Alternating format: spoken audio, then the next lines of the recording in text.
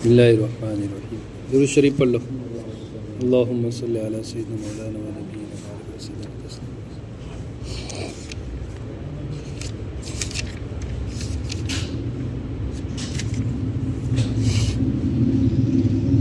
نبی کریم صلی اللہ علیہ وسلم سے کسی نے دریافت کیا کہ غیبت کیا چیز ہے؟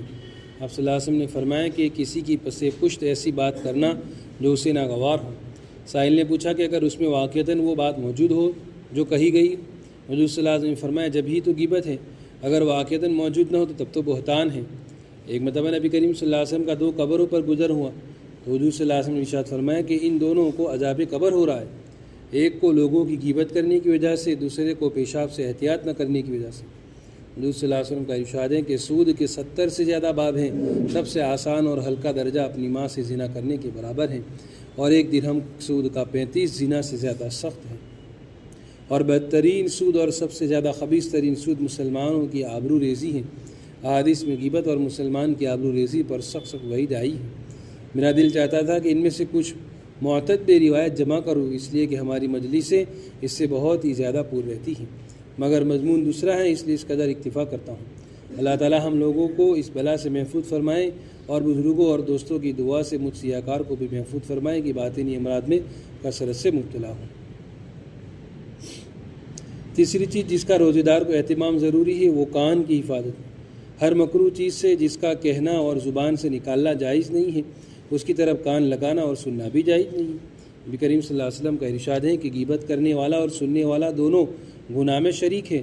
چوتھی چیز باقی اعضائے بدن، مثلاً ہاتھ کا ناجائز چیز پکڑنے سے، پاؤں کا ناجائز چیز کی طرف چلنے سے روکنا، اور اسی طرح اور باقی اعضائے بدن کا حساب ہے۔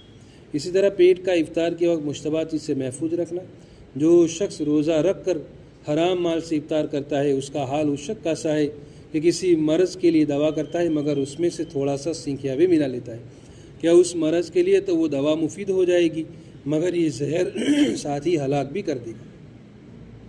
5ویں چیز افطار کے وقت حلال مال سے بھی اتنا زیادہ نہ کھانا کہ شکم سیر ہو جاوے، اس لیے کہ روزے کی گرج اس سے فوت ہو جاتی ہے۔ مقصود روزے سے قوت شہوانی اور بہیمیہ کا کم کرنا ہے اور قوت نورانیہ اور ملکیہ کا بڑھانا ہے۔ 11 مہینے تک بہت کچھ کھایا ہے، اگر 1 مہینہ اس میں کچھ کمی ہو جائے گی تو کیا جان نکل جائے گی۔ مگر ہم لوگوں کا حال یہ ہے کہ افطار کے وقت تو تلافی ما فوت میں اور سحر کے وقت حفظ ما تقدم میں اتنی زیادہ مقدار کھا لیتے ہیں کہ بغیر رمضان کے اور بغیر روزے کی حالت کے اتنی مقدار کھانے کی نوبت بھی نہیں آتی۔ رمضان مبارک بھی ہم لوگوں کے لیے کھانے کا کام دیتا ہے۔ علامہ غزالی رحمۃ اللہ علیہ لکھتے ہیں کہ روزے کی گرد یعنی قہر ابلیس اور شہوت نفسانیہ کا توڑنا کیسے حاصل ہو سکتا ہے اگر آدمی افطار کے وقت اس مقدار کی تلافی کر لے جو فوت ہوئی۔ حقیقتاً ہم لوگ بوجود اس کے کہ اپنے کھانے کے اوقات بدل دیتے ہیں، اس کی سے خود بھی کمی نہیں کرتے بلکہ اور زیادتی مختلف انواع کی کر جاتے ہیں جو بغیر رمضان کے میسر نہیں ہوتی۔ لوگوں کی عادت کچھ ایسی ہو گئی کہ عمدہ چیزیں رمضان کے لیے رکھتے ہیں اور نفس دن بھر فاقے کی بات جب ان پر پڑتا ہے تو خوب زیادہ سیر ہو کر کھاتے ہیں، تو بجائے قوت شہوانیہ کے ضعیف ہونے کے اور بھڑک اٹھتی ہے اور جوش میں آ جاتی ہے اور مقصد کے خلاف ہو جاتا ہے۔ روزوں کے اندر مختلف اغراض اور فوائد اس کے مشروع ہونے سے مختلف منافع مقصود ہے، وہ سب جبھی حاصل ہو سکتے ہیں جب کچھ بھوکا بھی رہے۔ بڑا نفع تو یہی ہے جو معلوم ہو چکا ہے، یعنی نفسانی شہوتوں کا توڑنا۔ یہ بھی اسی پر موقوف ہے کہ کچھ وقت بھوک کی حالت میں گزرے۔ نبی کریم صلی اللہ علیہ وسلم کا ارشاد ہے کہ شیطان آدمی کے بدن میں خون کی طرح چلتا ہے، اس کے راستوں کو بھوک سے بند کر دو۔ تمام اعضاء کا سیر ہونا نفس کا بھوکا رہنے پر موقوف ہے۔ جب نفس بھوکا رہتا ہے تو تمام اعضاء سیر رہتے ہیں، اور جب نفس سیر ہو جاتا ہے تو تمام اعضاء بھوکے رہتے ہیں۔ دوسری غرض روزے سے فقراء کے ساتھ تشبع اور ان کے حال پر نظر ہے، وہ بھی جبھی حاصل ہو سکتی ہے جب سحر میں معدہ کو دودھ اور جلیبی سے اتنا نہ بھر لے کہ شام تک بھوک نہ لگے۔ فقراء کے ساتھ مشابہت جبھی ہو سکتی ہے جب کچھ وقت بھوک کی بے تابی کا بھی گزرے۔ بشر حافی رحمۃ اللہ علیہ کے پاس ایک آدمی گزرے، وہ سردی میں کانپ رہے تھے اور کپڑے پاس رکھے ہوئے تھے۔ انہوں نے پوچھا کہ یہ وقت کپڑے نکالنا کیا؟ فرمایا کہ فقراء بہت ہے اور مجھ میں ان کی ہمدردی کی طاقت نہیں، اتنی ہمدردی کر لوں کہ میں بھی ان جیسا ہو جاؤں۔ سردی بہت زیادہ ہے، بہت سارے فقیر ہیں، تو سب کو تو ہم بستر نہیں دے سکتے، تو ہم اپنا ہی بستر چھوڑ دیتے، اپنے ہی کپڑے گرمی کے اتار لیں، ٹھنڈی کے رضائی ہیں جیکٹ ہے، کوٹ ہے وغیرہ، وہ بھی نہیں پہنے. کیوں؟ تاکہ ہم اور فقیر سب برابر ہو جائے. اتنا پیسہ نہیں کہ سب فقیروں کو دے سکے. سمجھ میں آئی بات؟ اللہ والوں کا کیسا زبردست نظام تھا. فقیروں کے ساتھ مشابہت. مشائخ صوفیہ نے عامتاً اس پر تنبیہ فرمائی ہے اور فقہا نے بھی اس کی تصریح کی ہے. صاحب مراتب الفلاح لکھتے ہیں کہ سحور میں زیادتی نہ کرے، جیسا کہ متنعم لوگوں کی عادت ہوتی ہے. یہ غرض کو فوت کر دیتا ہے. علامہ طحطاوی رحمۃ اللہ علیہ اس کی شرح میں تحریر فرماتے ہیں کہ غرض کا مقصود یہ ہے کہ بھوک کی تلخی کچھ محسوس ہو تاکہ زیادتی ثواب کا سبب ہو اور مساکین و فقراء پر ترس آ سکے.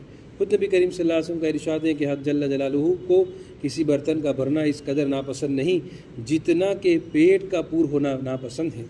ایک جگہ حضور صلی اللہ علیہ وسلم کا ارشاد ہے کہ آدمی کے لیے چند لقمے کافی ہے جن سے کمر سیدھی رہے. اگر کوئی شخص بالکل کھانے پر تل جاوے تو اس سے زیادہ نہیں کہ 1/3 پیٹ کھانے کے لیے رکھے اور 1/3 پینے کے لیے اور 1/3 کھا لی. آخر کوئی تو بات تھی کہ نبی کریم صلی اللہ علیہ وسلم کئی روز تک مسلسل لگاتار روزہ رکھتے تھے کہ درمیان میں کچھ بھی کھانے کی نوبت نہیں آتی تھی. میں نے اپنے آقا حضرت مولانا خلیل احمد صاحب نور اللہ مرقدہ کو پورے رمضان المبارک میں دیکھا. افطار اور سحر دونوں وقت کی مقدار تقریباً 1.5 چپاتی سے زیادہ نہیں ہوتی تھی. 1.5 چپاتی، 1 اور 2 آدھی. سحری اور افطاری دونوں ملا کر 1.5 روٹی. یہ تو اب سن کے بھی ایسا لگتا ہے کہ یہ واقعہ صحیح ہے یا غلط ہے. ہمارے ایمان اتنے کمزور ہو گئے. کیسے اللہ والے تھے، کیسا مجاہدہ کر بتا کر گئے. کوئی خادم غرض بھی کر دیتا تو فرماتے کہ بھوک نہیں ہوتی. دوستوں کو خیال سے ساتھ بیٹھ جاتا ہوں اور اس سے بڑھ کر حضرت مولانا شاہ عبدالرحیم صاحب رائے پوری رحمۃ اللہ علیہ کے متعلق سنا کہ کئی دن مسلسل ایسے گزر جاتے تھے کہ تمام رات کی مقدار سحر اور افطاری بے دودھ کی چائے کے چند فنجان کے سوا کچھ نہیں ہوتی تھی. صبح 1 کپ چائے یعنی سحری میں اور افطاری میں 1 کپ چائے، ہو گیا 24 گھنٹے. 1.5 چپاتی سے بھی کم. کیسے لوگ گزرے اللہ کے نیک بندے.